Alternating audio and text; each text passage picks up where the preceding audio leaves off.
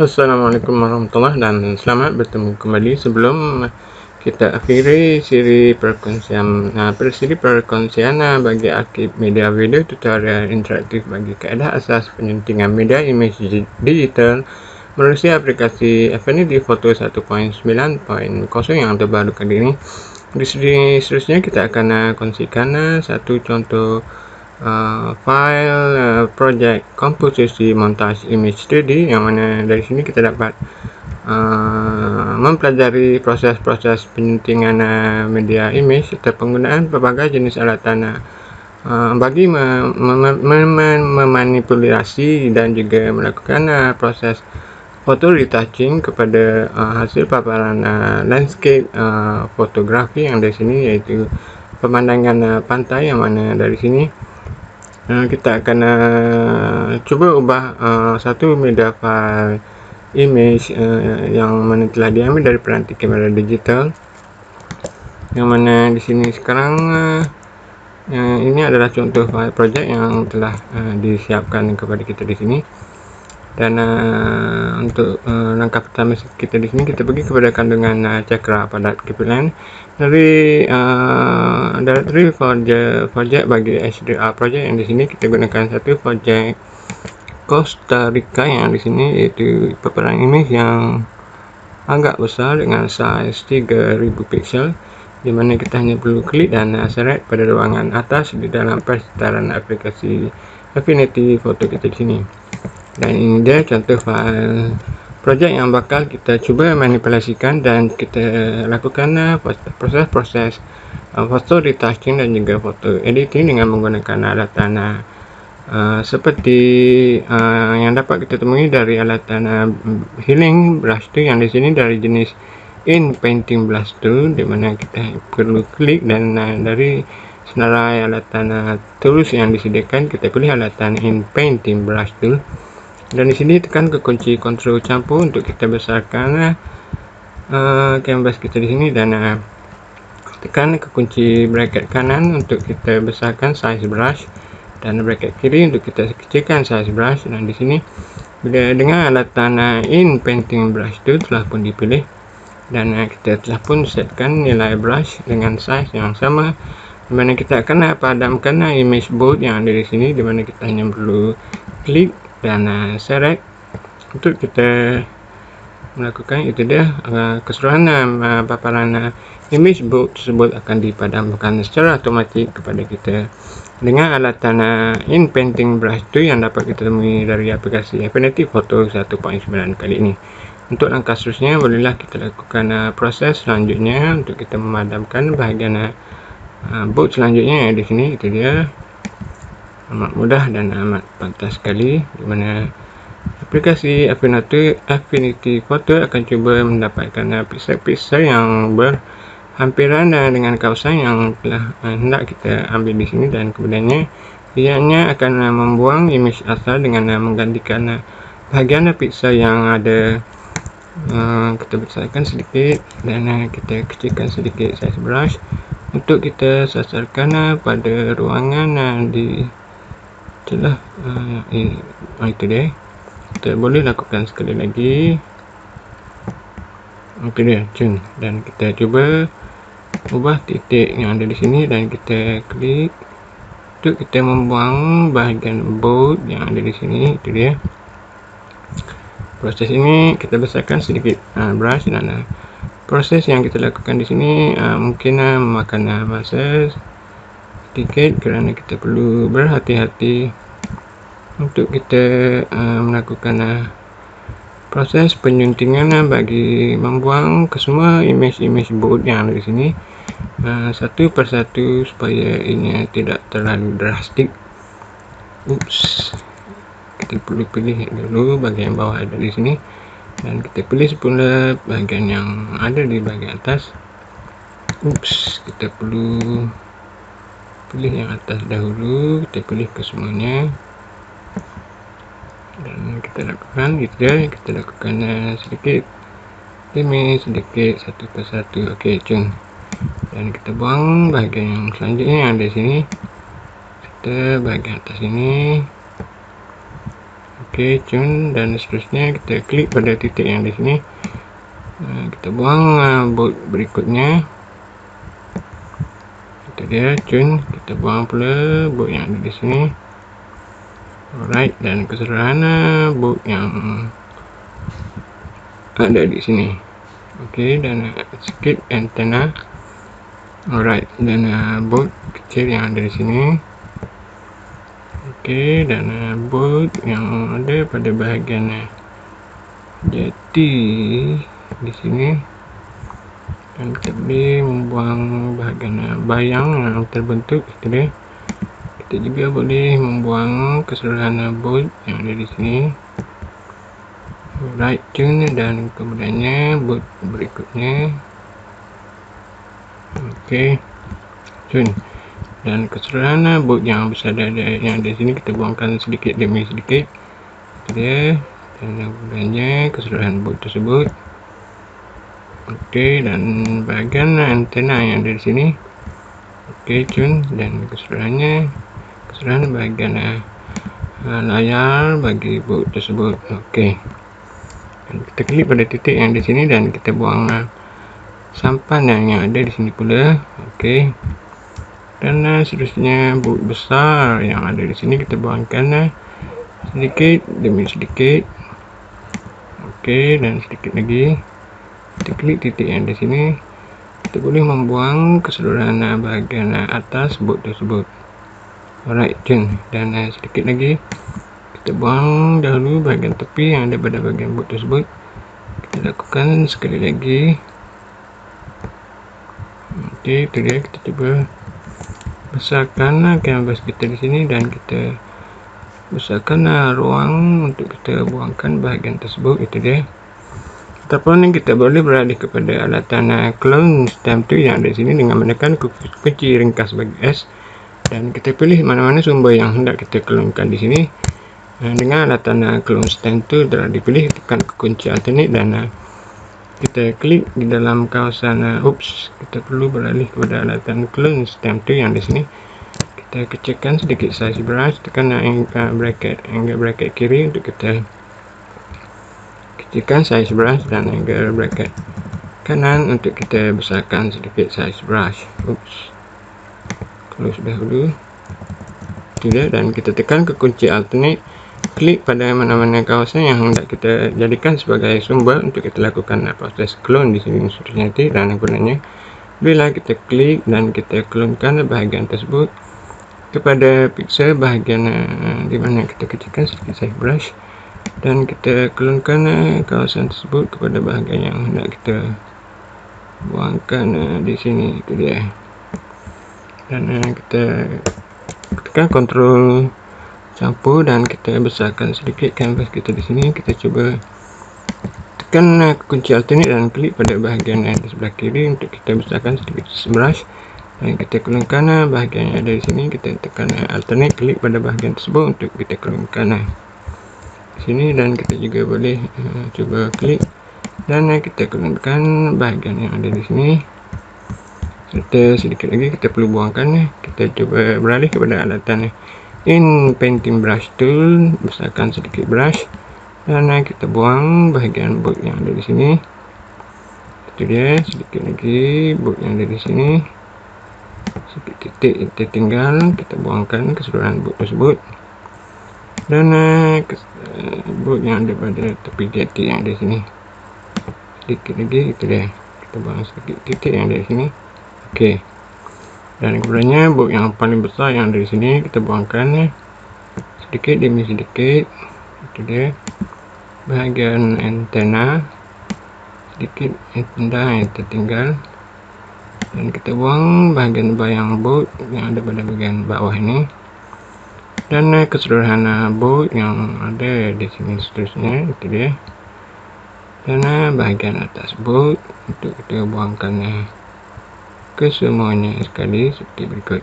Oke, dan di sini kita gunakan alatan clone dan tool sekali lagi, tekan ke kunci alternate untuk kita clonekan bahagian bawah, dan kita salingkan bahagian clone tersebut ke bahagian atas yang di sini untuk kita membuang hasil kesana inpainting yang terhasil di sini dari itu dia. Tekan alternate dan kita keluarkan bahagian di sebelah kanan boleh. Tekan kunci kontrol capu, itu dia untuk kita melihat keseluruhan hasil proses penyuntingan ataupun proses manipulasi yang mana telah kita lakukan dengan dua alatan bagi clone stem tool dan juga alatan inpainting tool yang kita lakukan di sini tadi. Sorry. Dan di sini seterusnya kita akan gunakan satu media image HDR yang lain, yaitu USB format camera raw dari jenis CRT yang di sini kita hanya perlu klik dan select masuk ke dalam canvas project kita kali ini. Dan fungsi kamera raw file format kamera raw yang di sini boleh juga kita sunting menerusi fungsi modul persona dari jenis develop untuk kita lakukan proses penyuntingan media grafik image HDR. Kita beralih kepada alat move tool dan kita cuba letakkan di dalam komposisi kita di sini. Itu dia, size-nya sudah pun betul. Sorry. Dan sekali lagi kita beralih kepada alatan inpainting tool ya di sini, dan kita coba buangkan garisan tengah yang di sini untuk kita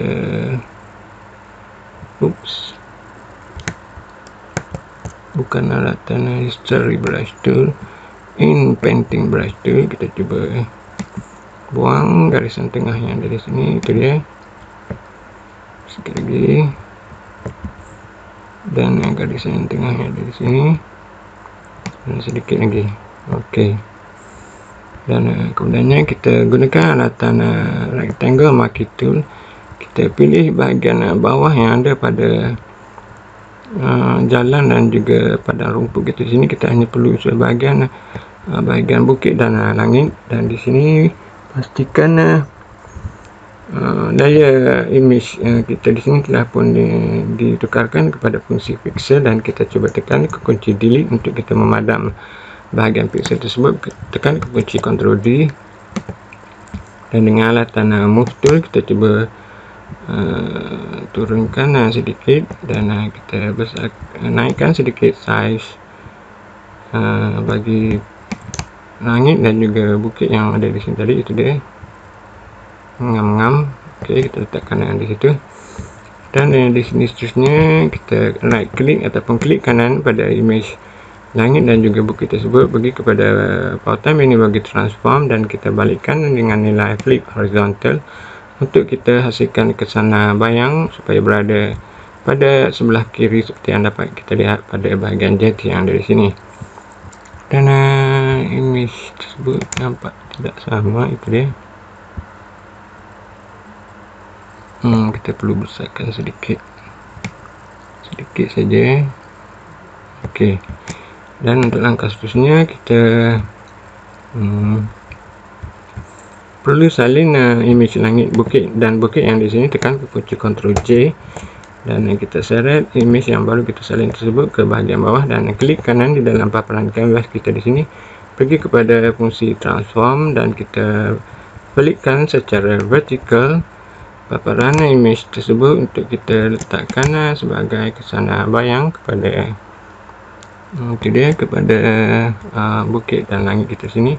Dan kita boleh tukarkan opacity kepada 50 ataupun 25%, dan dengan alatan kita masukkan pada layer yang telah kita balikkan di sini tadi, kita masukkan satu kesana layer mask, dan dengan alatan gradient tool pastikan kita setkan fungsi type kepada linear, dan kita cuba klik dari bawah ke atas untuk kita menutup setengah bahagian dari image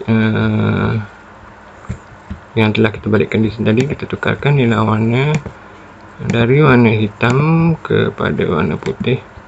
Itu dia. Dan sini kita dapat melihat hasil kesana. Kita perlu balikkan hasil gradient tersebut supaya putih berada di atas dan itu dia, hitam berada pada bagian bawah. Jadi kita dapat melihat hasil kesana gradient telah pun terbentuk pada media image. Kita naikkan sedikit warna putih itu dia, dan kita beralih kepada alatan move tool, dan sekarang kita dapat melihat hasil kesana shadow yang terbentuk pada bahagian lautan yang mana diambil dari bahagian bukit dan langit yang ada sini. Dan untuk langkah seterusnya kita perlu salin bahagian pixel yang ada pada ombak di bahagian jati yang di sini dengan alatan rectangle marquee tool. Kita pilih sedikit, kita buatkan selection sedikit pada bahagian ombak putih yang ada pada bahagian jati yang ada sini dengan layer background telah pun dipilih. Tekan ke kunci Ctrl C untuk kita salin bahagian pixel tersebut, dan tekan ke kunci Ctrl V untuk kita letakkan salinan yang telah kita buatkan dari alatan rectangle marquee tool tersebut, dan kita seret pixel yang telah kita salin tersebut ke bahagian atas sekali. Tekan kunci Ctrl D, itu dia, dan kita klik dan seret pixel yang telah kita salin di atas tadi ke bahagian atas di tengah-tengah di antara pulau dan juga langit, yang objek pulau yang baru kita masukkan di sini, dan kita sizekan secara horizontal sehingga keseluruhan image pixel tersebut melepasi keseluruhan itu dia, amat cantik sekali keseluruhan bahagian bahagian pulau yang telah kita gunakan dari media image yang kita import masuk di sini tadi. Kita cuba rendah ataupun nipiskan sedikit, dan kita turunkan sedikit, tekan ke kunci Ctrl O. Itu dia, amat cantik dan amat realistik sekali.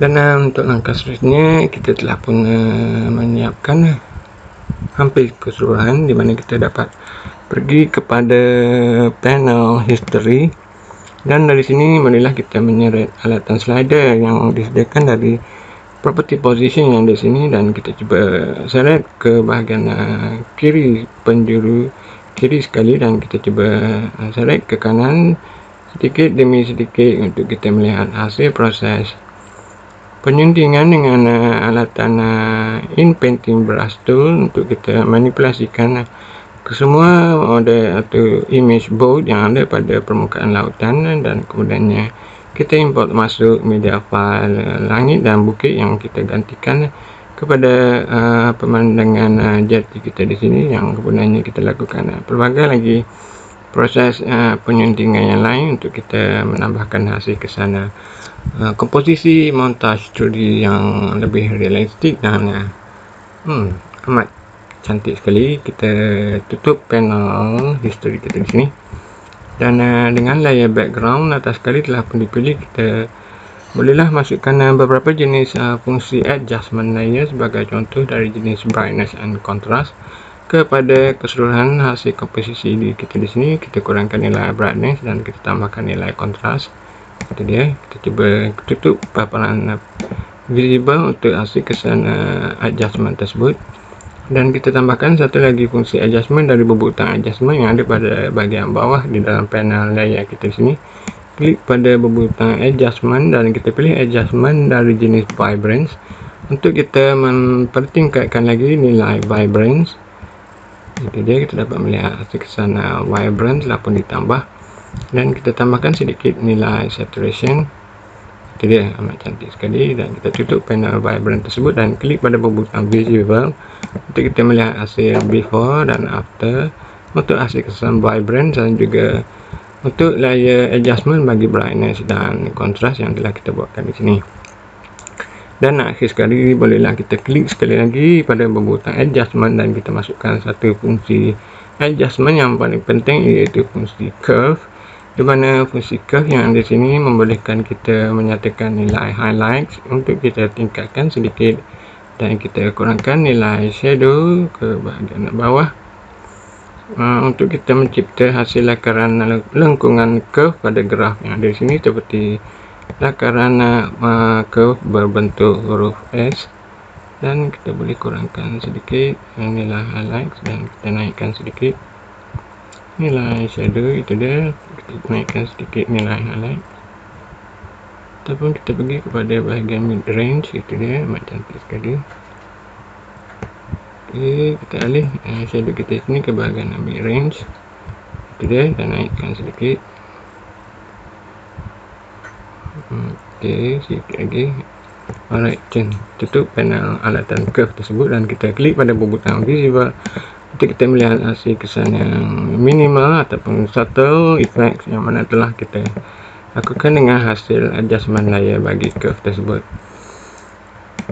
Jadi hanya setakat ini sajalah yang dapat kita kongsikan sama-sama di sini berkenaan asas penyuntingan serta proses photo manipulation yang dapat kita lakukan dengan alatan penjentikan image seperti in-painting brush tool dan juga alatan clone stamp tool yang mana telah disediakan kepada kita melalui aplikasi Affinity Photo 1.9.0 kali ini, yang mana turut kita komposisikan bersama di sini dengan media image bukit dan langit yang mana telah kita import masuk dari dokumen file dari jenis format Camera Raw, yang kemudiannya kita lakukan pelbagai proses penyuntingan untuk kita menambahkan lagi hasil kesan image yang lebih realistik, dan kita tambahkan beberapa layer adjustment untuk kita mempertingkatkan lagi nilai warna dan kecerahan serta fungsi kontras bagi keseluruhan hasil montaj grafik yang mana telah sama-sama kita siapkan di sini. Untuk itu sila ikuti paparan siri modul video tutorial interaktif yang dibukakan dari keseluruhan kandungan cakra padat kepilan yang mana telah dibukakan bersama siri akhir video tutorial kali ini, dan kita boleh melihat seberapa banyak dan ataupun seberapa kali media video tutorial yang kita kendaki, dan kita boleh cuba rewind untuk kita melihat dengan lebih jelas langkah demi langkah serta tip dan teknik serta kaedah yang ditunjukkan melalui paparan media video tutorial yang telah kita kongsikan bersama setakat ini. Jadi untuk itu diharapkan sedikit perkongsian kita kali ini akan memberikan kita informasi, ilmu dan juga bermanfaat untuk kita lakukan sendiri pelbagai hasil proses penyuntingan media image digital serta proses bagi pengimajan media image HDR dan juga kamera raw, dan penggunaan pelbagai fungsi alatan modul bagi persona di dalam aplikasi Affinity Photo 1.9.0 kali ini. Untuk itu saya Rosli Abdul Ghani diharapkan kita berpuas hati dengan siri video tutorial kali ini, dan saya bermohon maaf sekali lagi sekiranya terdapat sebarang kekurangan. Dan sekali lagi terima kasih, saya Rosli Abdul Ghani, sekian, wassalam.